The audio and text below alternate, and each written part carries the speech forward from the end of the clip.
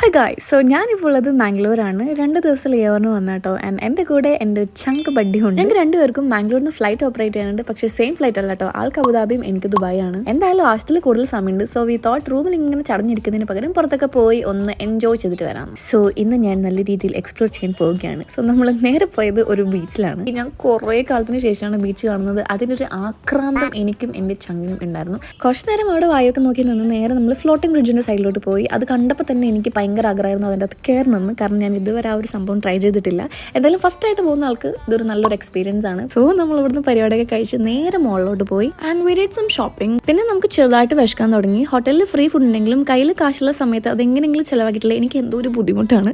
So നമ്മൾ മോളിൻ്റെ പുറത്തിറങ്ങി നല്ലൊരു ഹോട്ടൽ കണ്ടുപിടിച്ചു. ഇതാണ് കേട്ടോ ഹോട്ടൽ.